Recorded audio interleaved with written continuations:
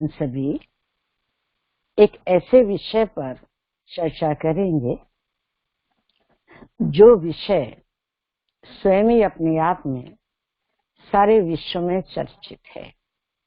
आज जब कोई भी किसी बात की चर्चा करते हैं तो स्पष्ट सत्य सिद्ध करने के लिए क्या कहते हैं, ये साइंटिफिक बात है। साइंस को महत्व दिया जा रहा है। क्यों महत्व दिया जा रहा है? क्योंकि प्रत्यक्ष के लिए प्रमाण की कोई आवश्यकता नहीं है। साइंस हर चीज को प्रत्यक्ष कर रहा है, सिर्फ कहने तक नहीं, प्रैक्टिकल स्वरूप तक। इसलिए कहा जाता है जो दिखता है सो बिकता है। जो दिखाई नहीं देगा लोग उसको कैसे जानेंगे? तो ये दिखाने के निमित्त कौन बने? साइंस वाले। साइंस वाले कौन हैं? भगवान नहीं है, ऊपर में रहने वाले नहीं है, इस धरती पर ही रहने वाले हैं। वो व्यक्ति जिसके मन के अंदर में कुछ करने की तमन्ना होती है, कुछ दिखाने की, कुछ नया रूप लाने की, वो साइंस के सब्जेक्ट को स्वीकार करते हैं। और साइंस के सब्जेक्ट को स्वीकार करने के साथ साथ उनके मन के अंदर में इन्वेंशन माइंड होता है। किसी बात को सुनना और उसके ऊपर रिसर्च करना। रिसर्च करना माना गहराई में जाना, गहराई में जाना माना उसकी था में जाना, था में जाना माना मोती लेना। जो सागर की था में जाएगा उसको क्या मिलेंगे? हीरे मोती मिलेंगे। जो ऊपर ही ऊपर लहरों में लहराता रहेगा वो केवल कुछ नहीं कर पाएगा, कुछ नहीं ले पाएगा। विज्ञान ज्ञान की विकास का नाम है। ज्ञान सभी सुनते हैं, लेकिन ज्ञान को सुनते सुनते जो ज्ञान की गहराई में जाते हैं वो ज्ञान का विकास करते हैं। विकास माना कोई नई चीज की उत्पत्ति, कोई नई चीज का सुंदर एग्जाम्पल। तो अपने माइंड को इन्वेंशन माइंड बनाने के लिए निश्चित रूप से हमारे मन के अंदर में एक संकल्प होना चाहिए। संकल्प क्या होना चाहिए? संसार में भी व्यक्ति अपने आप को प्रत्यक्ष करने के लिए या संसार को कुछ नया देने के लिए उनके मन में एक संकल्प होता है, मुझे ये कार्य करना है। तो आज आपको खुशखबरी सुनाते हैं, भगवान को भी प्रत्यक्ष करने वाला विज्ञान ही होगा। इसलिए भगवान भी कहते हैं कि मेरा राजा बेटा, मेरा सपूत बेटा कौन है? विज्ञान। क्योंकि विज्ञान ही कहेगा ये राइट है और ये रॉन्ग है। और जब विज्ञान कहेगा उसको संसार मानेगा। प्यारे भाइयों बहनों, आज मैं आप सभी को ये बात बताना चाहती हूँ कि वो है भौतिक विज्ञान। और भौतिक विज्ञान से बढ़कर के है आध्यात्मिक विज्ञान। आप आध्यात्मिक ज्ञान को सुन रहे हैं, समझ भी रहे हैं, उस पर चल भी रहे हैं, लेकिन आपका कोई अनुभव नहीं है। आप अपना जीवन जी रहे हैं, आपका जीवन बहुत अच्छा है, लेकिन आप अपना अनुभव किसी को सुना नहीं पा रहे हैं। सुनाने की क्षमता ही नहीं है आपके अंदर, संकल्प ही नहीं है कि किसी को अपनी अनुभूति के द्वारा, अपने सुखों की अनुभूति के द्वारा, अपने परिवर्तन की अनुभूति के द्वारा हम किसी का कल्याण करें। तो जब हमारे अंदर इन्वेंशन करने की पावर तब आती है जब हम इस बात की रेस्पॉन्सिबिलिटी लेते हैं। अब बड़े भक्ति से कहते हैं मुझे भगवान मिला है। क्या प्रूफ है? कैसे विश्वास करेगी दुनिया? ऐसे कहते रहे मुझे भगवान मिला है, मुझे भगवान मिला है, तो लोग आपको पागल कहेंगे। कहने का भाव, ये जिम्मेवारी जो आपके अंदर में ऐसी कमजोरियां हैं जो आप परिवर्तन नहीं कर पा रहे हैं। लेकिन जब भगवान मिला, भगवान की शक्ति मिली, भगवान से कनेक्शन हुआ, आपके अंदर वो पावर आई, तो आपका ये अनुभव बन गया। और अनुभव से बढ़ के संसार में कोई भी किसी प्रकार का प्रमाण नहीं हो सकता। मैं आपको बहुत बड़ी बात, अपने अनुभव की बात बता रही हूँ। ये साइंस का महासम्मेलन दिल्ली त्रिमूर्ति भवन में हुआ। हमारे आदरणीय मोहन सिंगल भाई जी ने बहुत विशाल रूप से इस कॉन्फ्रेंस का आयोजन किया, और इस कॉन्फ्रेंस के आयोजन में उन्होंने मुझे आमंत्रित किया। ये भगवान की महान कृपा होगी, क्योंकि बड़े बड़े साइंटिस्ट लोग आए हुए थे।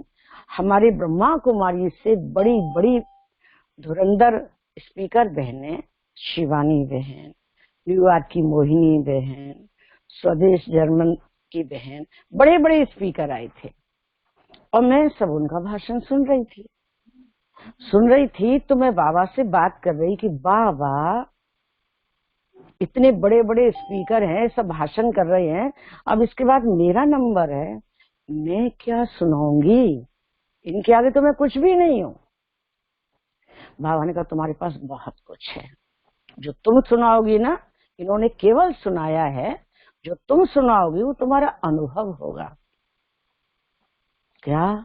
जो अनुभव की आपदा प्रबंधन का उनका विषय था, आपदा प्रबंधन, कि ऐसी परिस्थिति आए तो हमें क्या करना चाहिए, ऐसी परिस्थिति आए तो हमें क्या करना चाहिए। वो जो कुछ भी करे वो दुनिया के हिसाब से एग्जाम्पल पेश कर रहे थे।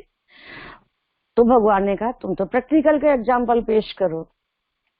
तो जब भगवान ने संकल्प दिया, तो फटाक से मैंने भगवान को याद किया, और जो मेरे सामने प्रैक्टिकल के एग्जाम्पल हुए वो मैंने पेश किए। तो एग्जाम्पल तो मैंने 8-10 सुनाए थे, क्योंकि आधा घंटे का मेरा भाषण था। और मैं आपको 1-2 ही सुनाती हूँ। 1-2 ये कि सबसे पहले बात ये कि हम ग्वालियर का भवन बना रहे थे, और भवन जब बन रहा था तो वो खेतों के बीच में है। तो हमारी चारपाई के नीचे 2 नाग और नागिन बहुत बड़े बड़े बैठे हुए थे। हम वहां लेटे हुए अखबार पढ़ रहे थे। जब भोजन के लिए हम गए और फिर हम वहां से आए, तुमने देखा, बाप रे बाप, यहाँ तो हमारी चारपाई के नीचे नाग हैं, नागिन डबल डबल हैं, बहुत बड़े बड़े। तुमने भगवान को कहा, हे भगवान, अभी तो हम यहाँ लेटे हुए थे और इस कमरे में ऐसे अब क्या होगा? तो भगवान ने हमें संकल्प दिया कि देखो, मनुष्य तुम्हारी भाषा भावना को नहीं समझ पाते, लेकिन ये सांप तुम्हारी भाषा को, भावना को समझेंगे। तुम इनके सामने बोलो और संकल्प करो, फिर देखो क्या होता है। मैं क्या बोलूं? मैंने तो आज तक बोला ही नहीं, ऐसा मैंने कभी अनुभव नहीं किया, क्या बोलूं? तो भगवान ने कहा, बड़े प्यार से बोलो, हे नाग देवता, हे नाग देवी, आप हमारी चारपाई के नीचे सो रहे हो। आपको मालूम है कि इस चारपाई पर हमको सोना है, प्लीज हमें आपसे डर लग रहा है। आप जहां से आए हो आप वहां चले जाओ, हम आपको कुछ नहीं कहेंगे, हम आपको विश्वास दिलाते हैं, हम आपको कुछ नहीं कहेंगे, कुछ नहीं करेंगे। और उस समय हमारे पास कोई भी भाई नहीं थे, कोई भोजन करके अपने अपने कमरे में गए थे। हम 5-6 बहनें थी। तो जैसे ही हमने एक बार बोला तो दोनों ने एकदम फन उठाया। हम डर गए कि कहीं हमारे ऊपर वार ना कर दे। फिर भगवान ने कहा, डरो नहीं, ये बिना प्रहार किए आपको कुछ नहीं करेंगे। इंसान बहुत नीचे गिर चुका है, अभी जीव जंतु अपनी मर्यादा के अंदर है। तुम द्वारा ऐसे ही दोहराओ। जैसे हमने द्वारा दोहराया तो सही में वो बाहर निकल आए। उनको डर लग रहा था, जीवन की रक्षा हर कोई चाहता है। तो बाजू में जनरेटर था, तो उसमें दोनों घुस गए। फिर भगवान ने कहा तीसरी बार दोहराओ, फिर उनको विश्वास दिलाओ। फिर हमने विश्वास दिलाया कि जो आपके साथ साथ चलेंगे, आप जहां जा रहे हैं आप निश्चिंत हो जाइए, आपको कोई कुछ नहीं कहेगा। तो सही में दीवार के सहारे दोनों बाहर निकल गए। अब इसको आप क्या कहेंगे कि वो सांप हमारी भावना को समझ, सच्चे दिल से कह रहे हैं ना, वो सच्चे दिल की भावना को समझ रहे हैं और चुपचाप निकल के चले गए। व्यक्ति नहीं मानता है, व्यक्ति वार करता है, समझ रहे हैं आप।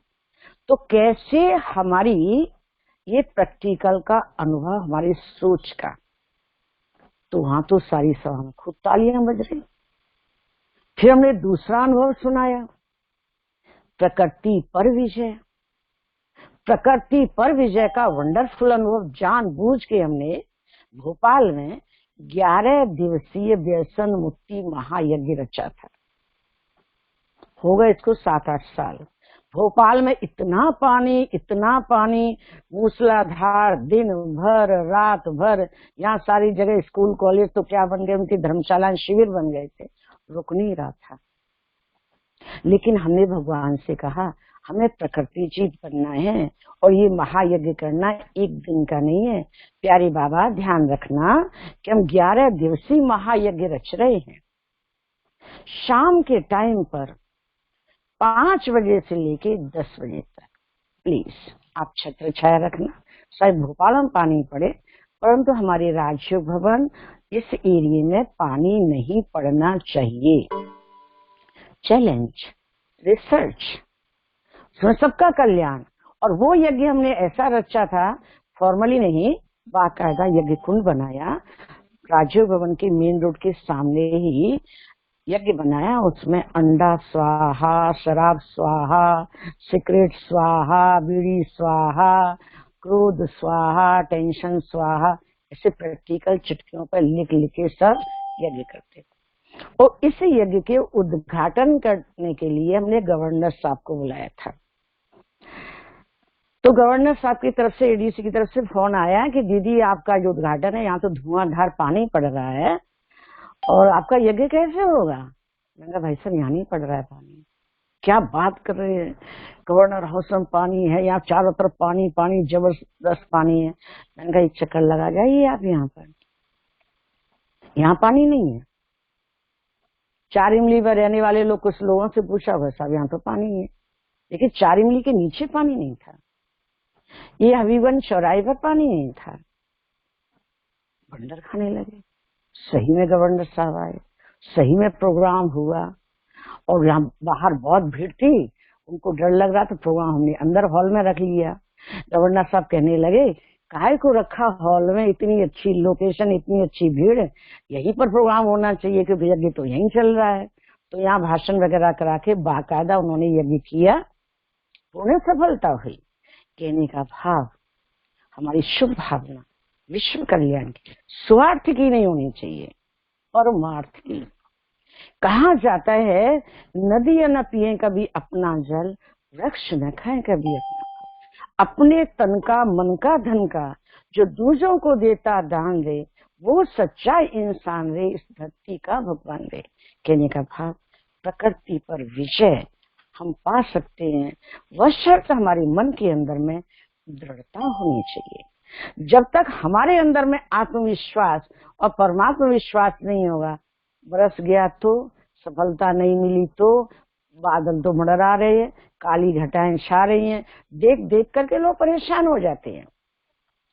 दृढ़ता बहुत बड़ी शक्ति है, विश्वास से बढ़कर के कोई शस्त्र नहीं है और दृढ़ता से बढ़कर के सफलता की दूसरी कोई चाबी नहीं है। कहने का भाव हम विपरीत परिस्थितियों में भी अपने आत्मबल को, परमात्मा बल को जब यूज करते हैं, सफलता हमारे गले का हार बन जाती है। अब इसके लिए क्या करना पड़ता है, इसके लिए क्या करना पड़ता है, अगाध विश्वास, अटूट विश्वास। विश्वास में कमी हो जाती है तो हमारी सफलता में कमी हो जाती है। प्यारे भाइयों बहनों, हमें इस बात का रियलाइजेशन करने की जरूरत है। सच्चा प्यार है भगवान से हमारा। अगर हमारा भगवान से सच्चा प्यार है और भगवान चाहते बच्चे तुम कुछ हट करके काम करके दिखाओ। परिस्थिति के वशीभूत होके संसार चल रहा है, लेकिन कहा जाता है स्व स्थिति परिस्थिति पर विजय पाती है। अपनी परिस्थिति को इतना पावरफुल बनाओ, अपनी स्व स्थिति को इतना पावरफुल बनाओ कि परिस्थिति पर विजय पाए। ये आध्यात्मिक बल, ये मनोबल, इसको आत्मिक बल कहा जाता है। ये आध्यात्मिक साइंस। तो राजयोग एक आध्यात्मिक विज्ञान है। जो भौतिक विज्ञान कार्य नहीं कर सकता वो आध्यात्मिक विज्ञान कार्य कर सकता है। हमने तीसरा अनुभव सुनाया शांतिवन के पानी का। शांतिवन जब से बना तब से वहां पानी नहीं। जर्मन के इंजीनियर साइंटिस्ट, अमेरिका के कितने सैकड़ों बोरिंग कराई, पानी नहीं। भगवान ने हमें संकल्प दिया कि बच्चे तुम्हारा प्रोग्राम बहुत अच्छा हुआ है, तुम शांतिवन को पानी की सौगात दे के जाओ। तो हमने भगवान से कहा कि कैसे दें सौगात, हम यहाँ तो 25 बोरिंग फेलियर हो चुकी है। तो ऑलमाइटी ने हमें सजेशन दिया कि मैं सारे नीचे के स्रोत हिला दूंगा। तुम तो एक पॉइंट सेट करो, एक संकल्प सेट करो कि मुझे 3 इंच पानी और 300 फुट खुदाई करानी है और शांतिवन को ये मुझे उपहार देना है। जब ये बात हमने पूरी हॉल में कही तो सब क्या कहने लगे, कह रही हो ना, कविता गा रही हो ना, करके दिखाओ तब तो मालूम पड़ेगा। गाने वाले तो बहुत होते हैं, तो सोचिए गाने पर तो लोगों को विश्वास नहीं होता ना। तो आपको प्रैक्टिकल की बात बताएं, ये संकल्प दिया था भगवान ने मंगलवार को, और गुरुवार के दिन जब हम भोग लगा रहे थे तो एकदम सारा भूकंप आ गया। सबकी प्लेटें गिर गई, भोग की प्लेटें गिर गई, जो भी है बहुत झटके लगे। मैंने कहा भगवान क्या हुआ, मैंने अपना काम कर दिया, अब तुम अपना काम करो। तो रियल हमने पॉइंट सेट करके, जहां पर संकल्प हमें भगवान ने दिया कि तुम्हें संकल्प आएगा कि यहाँ पानी है, 1 इंच भी होगा, आधा इंच भी होगा, मैं वहां 3 इंच निकलवाऊंगा। तो बराबर हम अमरूदों के बाग में घूमते रहे, और घूमते घूमते जहाँ संकल्प आया कि यहाँ 1 इंच पानी निकलेगा पहाड़ियों के नीचे, वही हमने ईंटें रख दी, वही हमने दादियों को बुला करके उद्घाटन कराया। तो बड़े बड़े महारथी भाई, माउंट आबू के बड़े बड़े महारथी भाई हमारे कान में कह रहे, अवधेश बहन जी आपका इतनी अच्छी कॉन्फ्रेंस हुई है और आपकी इतनी इमेज खराब हो जाएगी। हमारे बड़े भाई सब बैठे थे, खड़े थे, उनके भी कान में बोल रहे थे, महेंद्र भाई आपकी इमेज खराब हो रही है, ये अवधेश बहन इसलिए पीछे पड़ गई, यहाँ कुछ नहीं होने वाला, 25 बोरिंग फेल, पानी निकलता है, यहाँ ग्रेनाइट है, संगमरमर है, पूरी पहाड़ियां इसी प्रकार की हैं, यहाँ पानी नहीं निकलने वाला, और थोड़ा सा भी 100 फुट की खुदाई होती है तो मशीन टूट जाती है, ये आगे नहीं जाने वाली। उन्होंने संकल्प किया 300 फुट खुदाई और 3 इंच पानी, ऐसा नहीं होने वाला। तो हमारे भाई सब तो डर गए, और हमने दृढ़ संकल्प लिया क्योंकि भगवान से हमारी बातें हो रही थी। तो क्या हुआ, हमने उस पॉइंट को सेट किया। सेट करने के बाद जैसे मशीन चालू की तो हम, शाम का टाइम था, हम स्नान करने के लिए निकलने लगे। उसी क्षण एकदम भगवान ने रोका, बच्ची कहाँ जा रही हो, यहाँ सारा नेगेटिव वातावरण है, पॉजिटिव केवल तुम्हारा ही है, किसी का नहीं है। ये मशीन टूट जाएगी या तो इसका जो सुई है अपने पॉइंट से हिल जाएगी और तुम्हारे संकल्प की सिद्धि नहीं होगी। इसलिए यहीं बैठकर एकाग्र दृष्टि, दृढ़ संकल्प, 3 इंच पानी, 300 फुट खुदाई और मशीन सुई पर ध्यान। लक्ष्य क्या है, केवल सुई पर। और जब तक तुम्हारा लक्ष्य पूरा नहीं होगा तब तक यहाँ से हिलना नहीं। तो आपको वंडर लगेगा। शाम के 5 बजे से हम सवेरे 5 बजे तक ज्यों के त्यों अलर्ट एक्टिव होकर के बैठे रहे। इसी प्रकार का निरंतर योग चलता रहा और आपको वंडर लगेगा 300 फुट खुदाई और 3 इंच पानी। आज भी सारे माउंट आबू शांतिवन को वही डाइनिंग हॉल में जा रहा है, उसी से खाना बनता है, वही से वो पानी पीते हैं। हाँ, नहाने धोने का बाहर से आता है वो जड़ी बूटियों का पानी। क्या है ये है आध्यात्मिक विज्ञान। जहाँ भौतिक विज्ञान फेल हो जाता है वहाँ आध्यात्मिक विज्ञान काम करता है। तो भगवान की प्रत्यक्षता के निमित्त भी आध्यात्मिक विज्ञान ही होगा। और ऐसे अनुभव जब हमने दिल्ली त्रिमूर्ति भवन में सुनाए तो तालियों की गड़गड़ाहट हुई और हमारी आशा दीदी ने हमारा नाम रखा शिव शक्ति दीदी, और सब लोग खुश हुए। कहने का भाव, साइंस प्रैक्टिकल प्रूफ चाहती है, चाहे वो भौतिक साइंस हो और चाहे वो आध्यात्मिक साइंस हो। तो ऐसे साइंस को प्रत्यक्ष करने के लिए हमें अपने अंदर में एक भावना को जागृत करना होगा। ये कौन सी भावना? Helpful mind. सर्व का कल्याण, सर्व को सुख मिले, सर्व को स्वास्थ्य मिले, सर्व की सुरक्षा हो, सब सक्षम बने। आप देख रहे हैं ना, इंसान के पास में ये मानव शरीर है, लेकिन इस मानव शरीर को मैनेज करने वाली, चलाने वाली पावर कौन है? वो तो आध्यात्मिक शक्ति है, वो आत्मा है। जिसको स्पिरिट कहो, ऊर्जा कहो, प्राण कहो, जो भी जीवन शक्ति कहो, है तो आध्यात्मिक पावर ना। अगर वो कमजोर है, ये शरीर कितना भी बलवान होगा ये काम नहीं कर सकता। इसलिए सबको सुख मिले, केवल मुझे ही नहीं, सबको सुख मिले, सबको सुरक्षा मिले, ऐसा हेल्पफुल माइंड होगा जिसको सुखदायी माइंड कहते हैं। सबको सुख देने की भावना, सबके कल्याण करने की भावना, सबको हर प्रकार से सुविधाएं देने की भावना। भावना का भाड़ा भगवान देते हैं। भगवान सहयोगी उनके बनते हैं जो विश्व को अपना समझ के चलते हैं। मेरा ही सीमित परिवार मेरा है,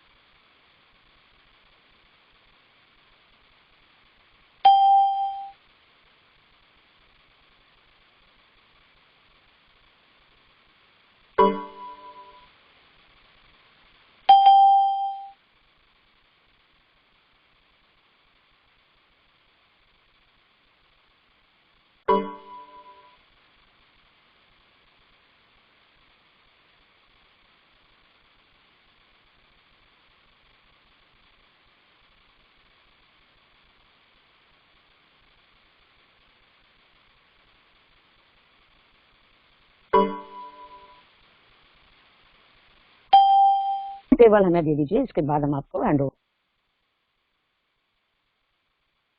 आते ही हमने क्या संकल्प लिया, एक बड़ा विशाल प्रोग्राम करेंगे, बहुत अच्छा प्रोग्राम करेंगे, हाई लेवल का प्रोग्राम करेंगे। तो सोच तो लिया, लेकिन कराने वाले तो कोई भाई बहन थे ही नहीं। तो हमारे आदरणीय भाई साहब ने कहा कि हम सारे जोन के बेस पर एक अच्छा प्रोग्राम करेंगे। तो ग्वालियर में मीटिंग रखी। बड़े बड़े महारथी भाई बहन जो रोजाना क्लास करने वाले सहयोगी राइट हैंड थे, 25-50 की मीटिंग रख करके और भाई साहब ने बजट रखा कि अगर ये बड़ा मेला करते हैं तो कम से कम 5 लाख खर्च आएगा, आप लोग क्या सहयोग दे सकेंगे। 1 घंटे की तो भाई साहब ने बहुत पावरफुल क्लास कराई और 1 घंटे के अंदर में जो बजट आया वो 2.5 लाख भी नहीं आया। माना लाख तो किसी ने लिखा ही नहीं, 50 और 25 और 15 और 5 यहाँ तक का 2.5 लाख। तो मैंने कहा भगवान से कि हे भगवान, हे प्यारे बाबा, ये इतना मस के 2.5 लाख रुपया आया है, वैसे ही पोजीशन बहुत टाइट है वहाँ की, और अगर ऐसा मस के पैसा लगा तो भोपाल की रिजल्ट क्या होगी। तो आपको वंडरफुल बात बताएं, भगवान ने हमें क्या सजेशन दिया। तुम इन पर विश्वास कर रही हो ना, अगर मेरे ऊपर विश्वास करो तो एक मेला नहीं मैं 4 मेले कराऊंगा, एक मेला नहीं मैं 4 मेले कराऊंगा। और इस मीटिंग को करो कैंसिल, सीधी जाओ भोपाल, और भोपाल जाकर के केवल वहाँ की भाई बहनों को कह दो कि तुम लोग एक मेले में जो सहयोग कर सकते हो करो, बाकी मेरा बाबा कराए। तो हमने भोपाल के भाई बहनों को इकट्ठा किया, जो भी थे, विदिशा वाले, काशी वाले, होशंगाबाद वाले, आसपास के। 1 मेले की जवाबदारी भाई बहनों संभाले और 3 मेले की जवाबदारी के लिए प्यारे बाबा ने कहा मैं करूँ। तो आपको वंडर लगेगा, हमें ग्वालियर के मेले में बहुत अच्छा, भाई सर को गोल्ड मेडल मिला था, हमें स्कूटर एक भाई ने दिया था, तो वहाँ बहुत एक्सीलेंट हुआ था। तो वहां से हमें सजेशन मिला तो 1-3 दिन का शिविर यहाँ सिटी में लगाओ, एक एचएल में लगाओ, एक अरेरा कॉलोनी में लगाओ, एक रोशनपुरा में, और अपने आप ही फर्स्ट स्टार्टिंग में मेले की बात कर दो कि दादियां आ रही हैं, माथी आ रहे हैं, इतना बड़ा प्रोग्राम होगा, ऐसा होगा, यहाँ 4 मेले होंगे, चारों जगह 4 मेले होंगे, आप लोगों को जो सहयोग देना हो सो देना, मेला इस डेट से इस डेट तक होने का अनाउंस कर दिया। No talk personal, no talk, no budget, केवल भगवान को दिया कि मुझे एक मेले का 5 लाख, तो दादियां भी आएंगी तो उससे ज्यादा चाहिए, 6-7 चाहिए, 3-4 में नहीं काम चलेगा। 4 मेले हुए, एक्सीलेंट मेले हुए, एक के बाद एक मास में एक नहीं, एक सप्ताह यहाँ, एक सप्ताह रोशनपुरा में, एक सप्ताह रेरा कॉलोनी में, एचएल में, सिटी में, से 4 मेले। क्या मेले, क्या रिकॉर्ड बना। आज अरेरा कॉलोनी की जो भूमि है उस मेले के आधार से मिली, लेकिन ये किसने किया। आज इंसान जो वशीभूत है, व्यक्ति पर आधारित, धन पर आधारित, पोजीशन पर आधारित, पर भगवान पर आधारित कम। भगवान को सर्व संबंधी बना के, भगवान के पास शक्ति नहीं है क्या, कि संपत्ति नहीं है क्या। आज व्यक्ति मनी माइंडेड हो गया है, वो मनी को ही गॉड कह रहा है, मनी इज गॉड, वास्तविकता गॉड इज मनी। कहने का भाव ये, आध्यात्मिक शक्ति को हम अपनाएंगे तो भौतिक शक्ति पर विजय पाएंगे, और दोनों का बैलेंस कंपलसरी है। भौतिक शक्ति भी चाहिए, आध्यात्मिक शक्ति भी चाहिए, आत्मा भी शक्तिशाली चाहिए तो शरीर भी शक्तिशाली चाहिए। जब दोनों का बैलेंस होगा, सफलता हमारे गले का हाथ बन जाएगी और संसार कहेगा अरे वाह। प्यारी भाइयों बहनों, अब वो समय आ गया है कि हमें भगवान की प्रत्यक्षता करनी है, और प्रत्यक्षता करने के लिए भगवान की शक्तियों को अपने जीवन में लाना है।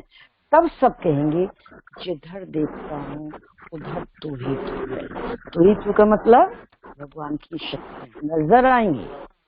ये जो कहावत है गलत नहीं है, कलयुग के हिसाब से गलत है, लेकिन जीवन में सतयुग दुनिया में क्या था, हर नर नारायण के समान, हर नारी लक्ष्मी के समान, मास्टर भगवान, मास्टर भगवती। तो ऐसी जीवन जीने की कला का नाम है राज योगा मेडिटेशन।